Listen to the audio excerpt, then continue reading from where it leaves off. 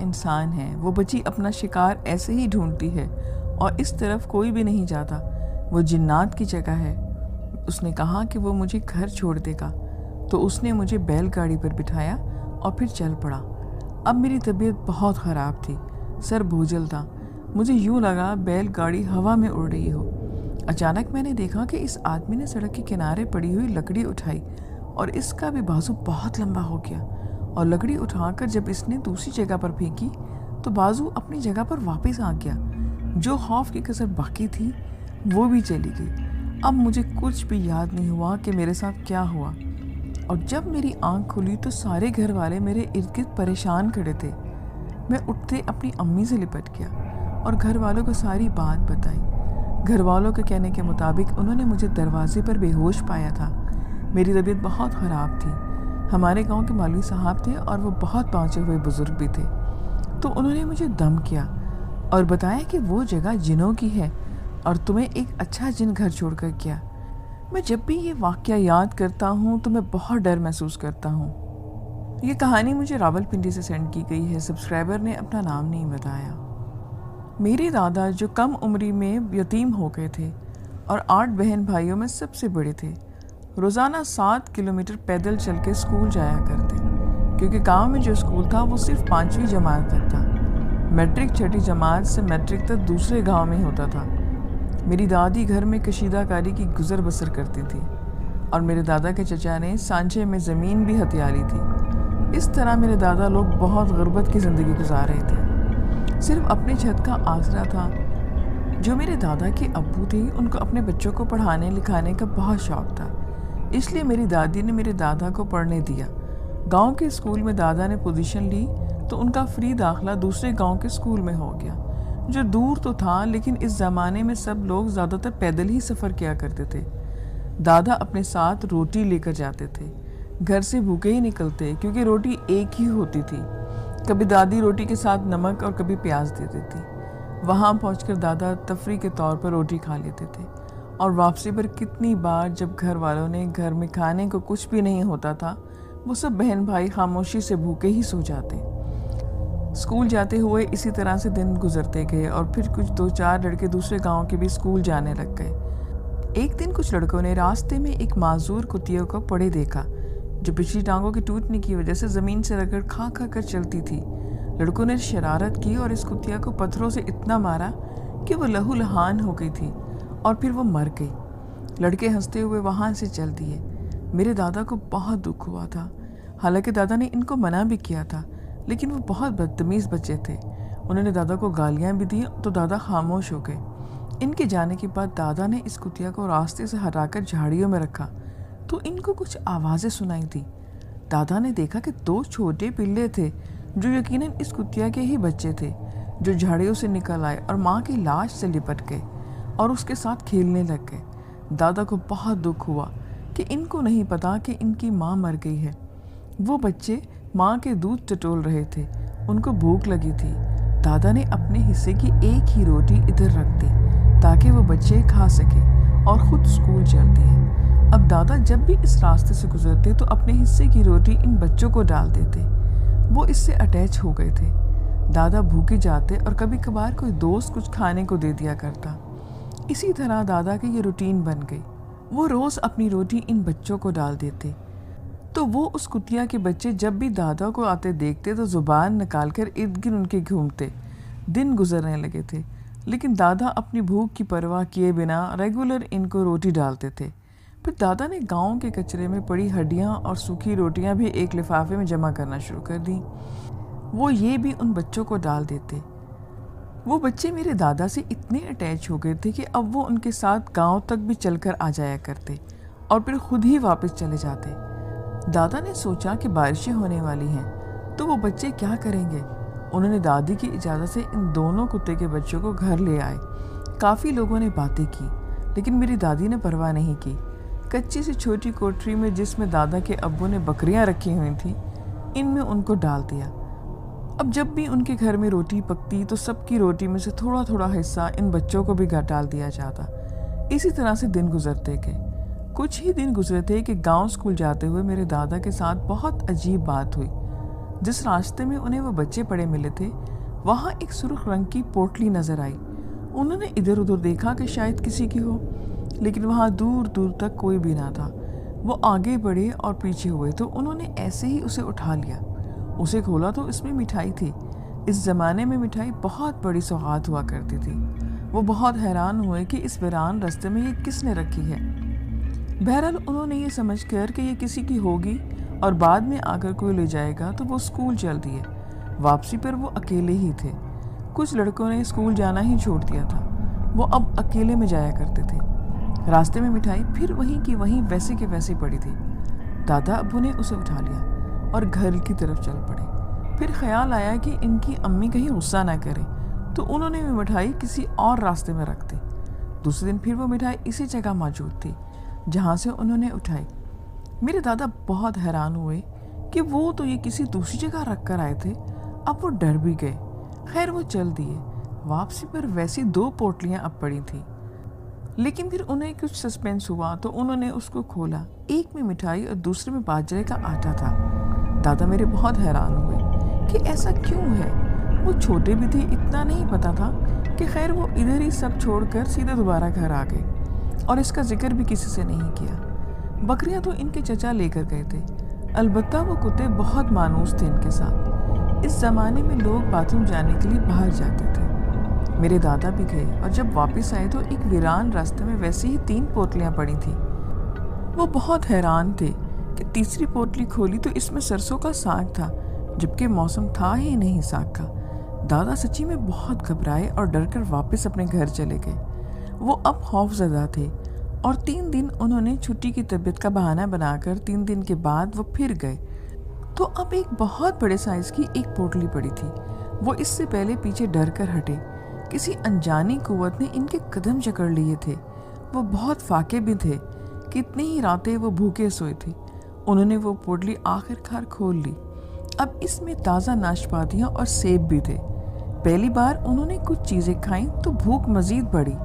کتنی دنوں کے فاقے سے تھے اور سوائے باجرے اور ساگ کے باقی سب کھا گئے اور واپسی پر وہ پوٹلی ساتھ لے گئے۔ دادا نے اپنی امی سے جھوٹ بھی پہلی بار بولا کہ آج اسکول میں زمیندار آیا تھا اور اس نے یہ دیے ہیں۔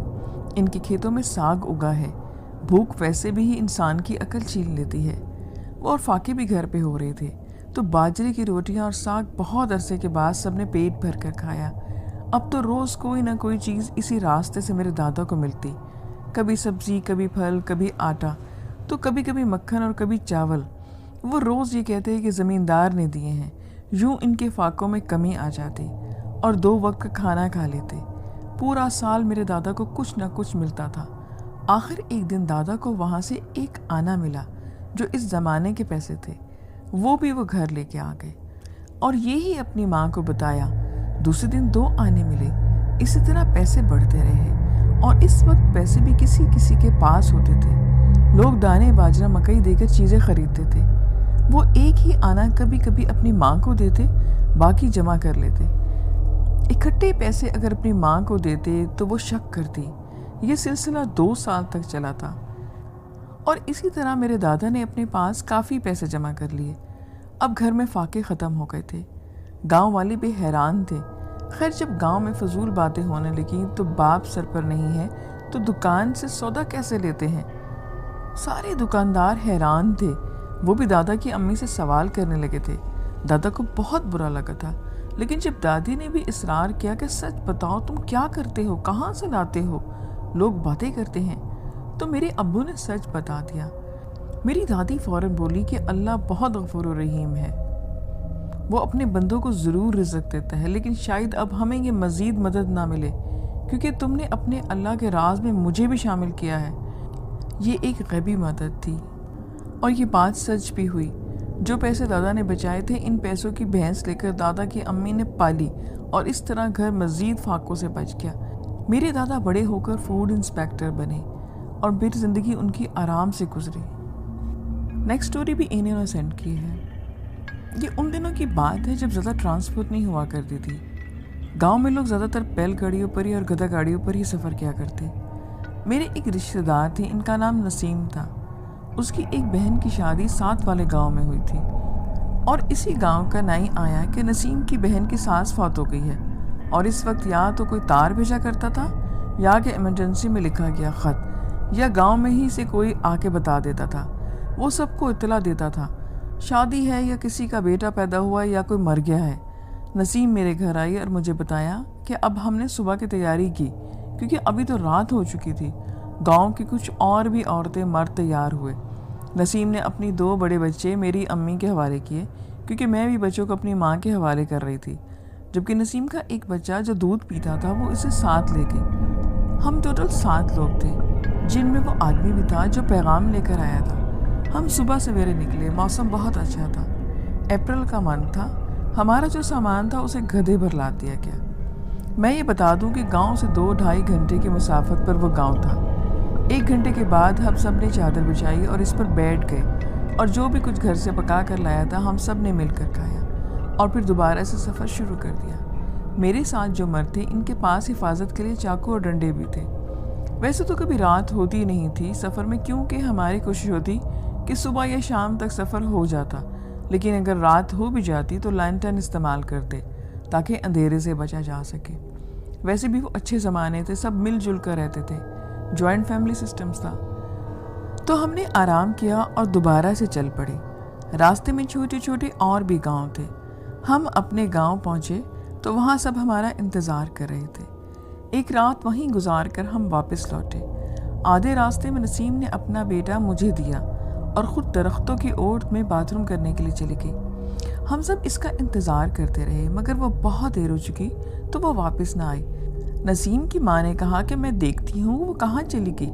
اسے دیکھتے اتنے میں رونے کی آوازیں آئیں تو دیکھا نسیم کا رنگ پیلا زرد تھا اور وہ رو رہی تھی۔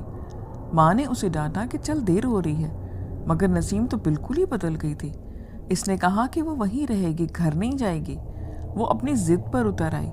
ہم بہت پریشان تھے کہ اسے کیا ہو گیا، ابھی تو یہ ٹھیک تھی، لیکن ماں نے مجھے بتایا کہ یہ کہتی ہے کہ اسے آمنہ کی ساس گلے ملی ہے، اس نے اسے پیار دیا ہے اور کہا ہے کہ تم ادھر ہی رہو۔ اس کی ماں پریشان تھی۔ میں نے جب یہ بات سنی تو خود بھی حیران رہ گئی کہ آمنہ کی ساس کی فوتگی پہ تو ہم گئے تھے، تو وہ کیسے اس کو جنگل میں ملی؟ بہرحال وہ سڑک پر دھرنا مار کر بیٹھ گئی کہ وہ اب واپس نہیں جائے گی۔ اس دوران کوئی اور لوگ بھی ادھر سے گزرے تو انہوں نے جب یہ تماشا دیکھا تو کہا کہ ہمارے پاس بیل گاڑی ہے، ہم نے تو ساتھ ہی گاؤں جانا ہے، بیل گاڑی والا آپ کو چھوڑ دے گا۔ بہت مشکلوں سے ہم نے اسے گھسیٹ کر بٹھایا اور گھر پہنچے۔ دوسرے دن نسیم کو بہت تیز بخار ہو گیا تھا۔ چھوٹے چھوٹے بچوں کی نانی ہی سنبھالنے لگی تھی۔ وہ سارا دن خاموش بیٹھی رہتی اور اسے کچھ ہوش نہیں رہا تھا، گھر کی نہ میاں کی نہ ہی بچوں کی۔ وہ اپنے چھوٹے بچے کو دودھ تک نہ دیتی۔ نانی نے اسے بھینس کے دودھ پر لگایا تو بچہ بیچارہ بیمار ہو گیا، بچے کا پیٹ خراب ہو گیا اور اسی حالت میں بچہ مر گیا۔ نسیم کو کوئی بھی پرواہ نہ تھی، وہ بالکل پاگلوں جیسی حرکتیں کرتی، کبھی گھر سے باہر بھاگ جاتی اور کتنی بار لوگوں کو پکڑ کر واپس اس کو لے کے آتے۔ اس کا حکیم سے بھی علاج کروایا لیکن اسے کوئی فرق نہ پڑا۔ آخرکار ملتان کے پیر صاحب گاؤں میں آئے تو نسیم کی ماں نسیم کو لے کر ان کے پاس گئی۔ پیر صاحب نے اسے تعویذ دی اور کہا کہ اس پر کسی جن کا سایہ ہو گیا ہے اور بہت دیر ہو گئی ہے، لیکن پھر بھی دعا کریں گے۔ لیکن کچھ نہیں ہوا۔ نسیم کی حالت دن بدن بگڑتی گئی۔ گھر کا نہ اسے اپنا ہوش تھا نہ بچوں کا ہوش تھا۔ وہ پاگلوں جیسی 1 سال تک زندگی گزارتی رہی، نہ وہ زندہ میں تھی اور نہ مردہ میں، اور پھر رات کو سوتے ہوئے ایک دم سے مر گئی۔ چھوٹے چھوٹے 2 بچے چھوڑ کر پتہ نہیں اس کے ساتھ اس جنگل میں کیا ہوا تھا۔ یہ راز اس کے ساتھ ہی راز رہ گیا۔ اگلی کہانی ایک سبسکرائبر نے سینڈ کی ہے جن کا نام روبی ہے۔ آئیے میں آپ کو انہیں کی زبانی سناتی ہوں۔ میرا نام روبی ہے اور میں 2 بھائیوں کی اکلوتی بہن ہوں، گھر بھر کی لاڈلی ہوں۔ جب میری عمر 16 سال ہوئی تو میری سگی خالہ نے اور پھوپھی نے دونوں نے میرا رشتہ مانگ لیا۔ امی ابو میں تو ٹھن گئی۔ امی اپنی بہن کی طرف رشتہ کرنا چاہتی تو ابو اپنی بہن کی طرف تھے۔ روز ہی گھر میں اس بات پہ جھگڑے ہونے لگے۔ میری امی نے کبھی بھی ابو کے خلاف کوئی بھی فیصلہ نہیں کیا تھا، مگر اس بار وہ اپنی بات پر اڑ گئی تھی۔ امی نے صاف کہہ دیا کہ اگر روبی کا رشتہ ان کے بھانجے اکرم کے ساتھ نہ ہوا تو وہ ہمیشہ کے لیے گھر چھوڑ دیں گی۔ کافی دن امی ابو کے درمیان بات چیت بند رہی تو آخر میں میرے تایا نے ابو کو سمجھایا کہ دیکھو ضد چھوڑ دو، ساری زندگی تم نے اپنی من مانی کی ہے، اب ایک ہی خواہش بیوی کی مان لو۔ اکرم عمران سے اچھا لڑکا ہے۔ عمران میری پھوپھی کے بیٹے کا نام تھا۔ تب جا کر ابو نے اپنی ہار مانی اور میری منگنی بہت دھوم دھام سے اکرم سے کر دی۔ منگنی میں میری پھوپھو بھی آئی اور انہوں نے کہا کہ جہاں قسمت ہوتی ہے وہیں پر رشتہ ہوتا ہے۔ خیر میری منگنی ہو گئی، سب کچھ ٹھیک تھا۔ خالہ نے بھی کہا کہ 2 سال کے بعد شادی ہم کر دیں گے۔ روٹین کے مطابق میں نے دوبارہ سے کالج جانا شروع کر دیا۔ اس دور میں موبائلز فون نہیں ہوا کرتے، نارمل ٹیلی فون ہی گھر پہ تھے۔ ایک دن میں کالج سے آئی تو فون کی بیل بجی۔ امی میری کھانا پکا رہی تھی تو میں نے ہی فون اٹھایا۔ آگے سے بالکل خاموشی تھی۔ ہیلو ہیلو، مگر آگے سے فون بھی بند ہو گیا۔ فون کے بعد تو عجیب سے واقعات میرے ساتھ ہونا شروع ہو گئے۔ رات کو سوتے میں کوئی مجھے جھنجھوڑ دیتا اور میں ایک دم سے اٹھ جاتی۔ میری بھوک ختم ہو گئی تھی۔ کالج میں بھی میرا دل نہ لگتا، ہر وقت بالکل خاموش رہتی۔ ایک دن کالج جاتے ہوئے مجھے لگا جیسے کوئی میرے ساتھ پیچھے پیچھے چل رہا ہے۔ جب میں نے مڑ کر دیکھا تو کچھ بھی نہ تھا، اور پھر میں دوبارہ سے چلنے لگ گئی تو پھر ایسا لگا جیسے کوئی پیچھے چل رہا ہے، مگر پیچھے کچھ بھی نہ تھا۔ گھر والوں نے میری حالت نوٹس کی اور وہ بھی پریشان ہو گئے۔ امی مجھے ہمسائے خاتون جو کہ حافظہ تھیں ان کے پاس لے کر گئی۔ انہوں نے کہا کہ اسے کچھ نہیں ہے، مگر رات کو سوتے ہوئے جیسے ہی میں گہری نیند سوتی تو کوئی مجھے جھنجھوڑ کر جگا دیتا۔ ایک بار کنگھی کرتے ہوئے میرے بال اتنے نکلے کہ میں بھی حیران رہ گئی۔ میرے بال بہت گھنے اور لمبے تھے۔ جب میں کنگھی کرتی تو بالوں کا بہت سارا ڈھیر میری جڑ سے نکل جاتا۔ امی کہتی کہ میں کھانا نہیں کھاتی ہوں، اچھی خوراک نہیں لیتی، اس لیے میری دماغی کمزوری ہے۔ ایک دن میں گھر میں اکیلی تھی اور نماز پڑھنے لگی تو میری آنکھوں کے سامنے اندھیرا چھا گیا، اور جب ہوش آیا تو میں پلنگ پر تھی۔ سب گھر والے پریشان تھے۔ ڈاکٹر نے گھر آ کر مجھے ایک ڈرپ لگائی۔ انہوں نے کہا کہ یہ بہت ویک ہے۔ دن بدن میری صحت خراب رہنے لگی، بھوک نیند سب ختم ہو گئی، چڑچڑاپن بہت آ گیا تھا۔ کالج میں کبھی جاتی اور کبھی پارک میں چپ چاپ بیٹھ کر بس ٹائم گزار کر گھر آ جاتی۔ اب تو میرے ساتھ عجیب ہونے لگا تھا۔ میرے کانوں میں سرگوشیاں ہوتی تھیں جیسے کوئی میرا نام پکار رہا ہے۔ ایک دن میں سوئی ہوئی تھی، مکمل نہ جاگی تھی۔ سوئی ہوئی نیند کے درمیان اسٹیج پر جو میری بیڈ کے ساتھ کھڑکی تھی، میں نے یہ دیکھا کہ ایک عورت جس کا سفید دھاریوں والا چوغا پہنا ہوا ہے، اس کے بال کرلی تھے اور رنگ کالا اور چونچ جیسی ناک، آنکھیں بہت چھوٹی اور چمکدار تھی۔ وہ مجھے گھور رہی تھی۔ میں نے جب آنکھیں کھولی تو اس نے مجھے زور کا تھپڑ میرے رائٹ ہینڈ پہ مارا۔ میں اٹھ کے بیٹھ گئی۔ کمرے میں کوئی بھی نہ تھا، مگر مجھے دائیں گال پر درد ہو رہا تھا۔ اس رات میں بہت ڈری ہوئی تھی اور بہت خوفزدہ تھی۔ میں نے کمرے کی لائٹ آن کی اور ایک دم سے چلائی۔ میرے گھر والے اٹھ کے آ گئے۔ سب نے سوچا کہ شاید ڈرانا خواب دیکھا ہوگا، اس لیے ڈر گئی ہے، لیکن میری کال پر مجھے بہت درد محسوس ہو رہا تھا۔ میں نے اپنے کمرے میں سونا چھوڑ دیا۔ میں اپنی امی کے ساتھ سوتی تھی۔ گرمیوں کی دوپہر تھی اور میں صحن میں بیٹھی ہوئی تھی کہ ایک سفید رنگ کا الو کہیں سے اڑ کر آیا اور میرے سامنے والے مالٹے کے درخت پر بیٹھ کر مجھے گھورنے لگا۔ وہ مجھے بہت بری طرح سے گھور رہا تھا اور پھر ایک دم سے غائب بھی ہو گیا۔ میں نے یہ بات سب کو بتائی تو سب حیران ہوئے کہ ایسا کیسے ہو سکتا ہے کہ سفید الو اور وہ بھی یہاں پہ۔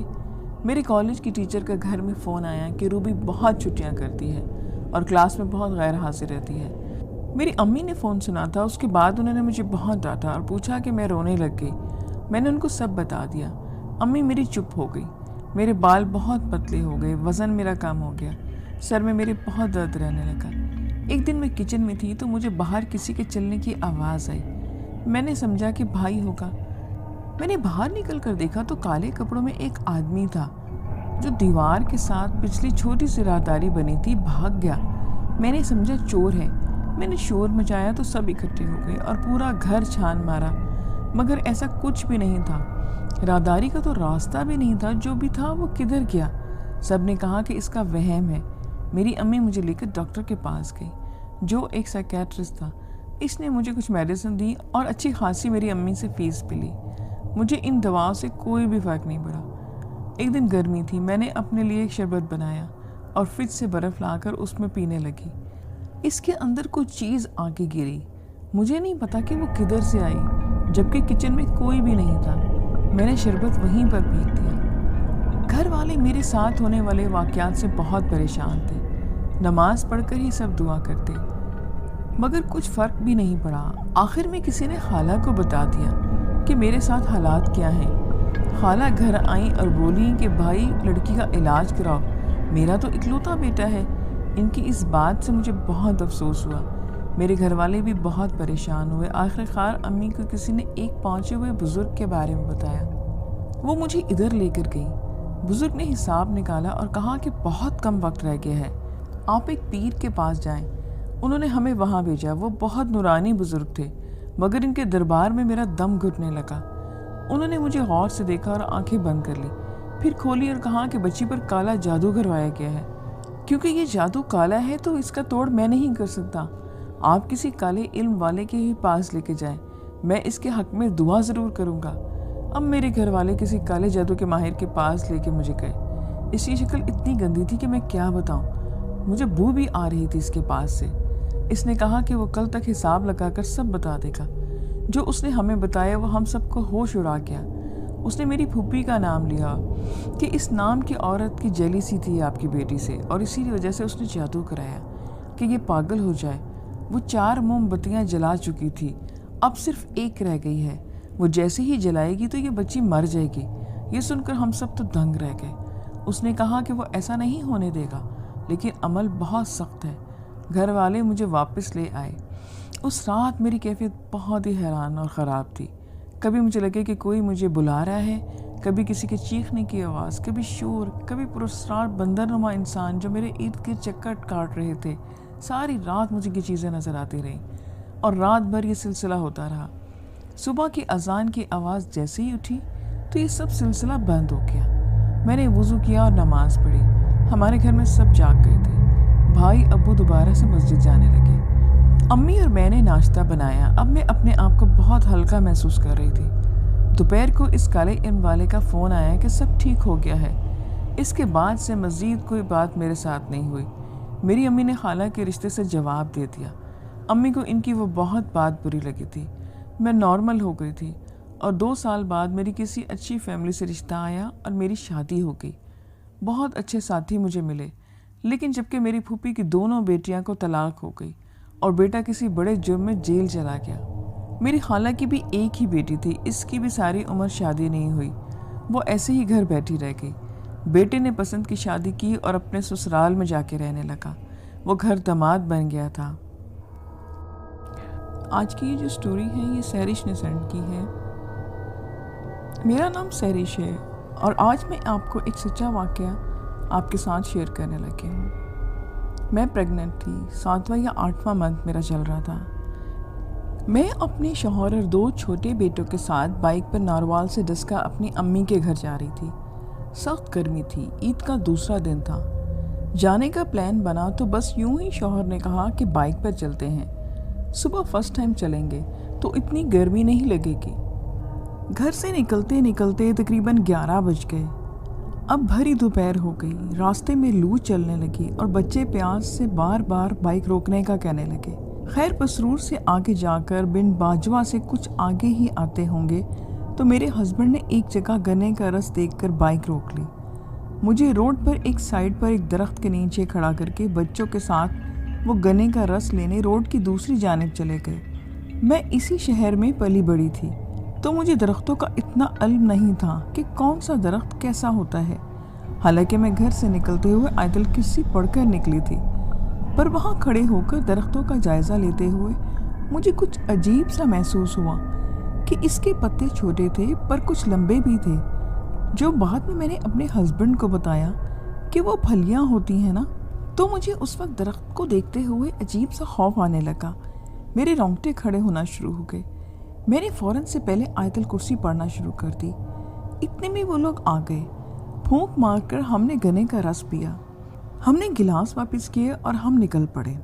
ڈسکا پہنچنے تک شام تک سب کچھ صحیح رہا۔ پھر رات ہوئی اور رات کو ہم روم میں چارپائی لگا کر سونے کے لیے لیٹ گئے۔ ایک پر میں اور چھوٹا بیٹا جو اس وقت 2 سال کا تھا، اور ایک چارپائی پر شوہر بڑے بیٹے کے ساتھ جو 5 سال کا تھا۔ رات تقریباً 11:30 بجے کا وقت ہوگا۔ تقریباً میری آنکھ کھلی تو اچانک سے کمرے میں اندھیرا تھا۔ میرا اٹیچ باتھ کی لائٹ جل رہی تھی جو کچھ روم میں بھی آ رہی تھی۔ میری لیفٹ پر سائڈ ٹیبل تھا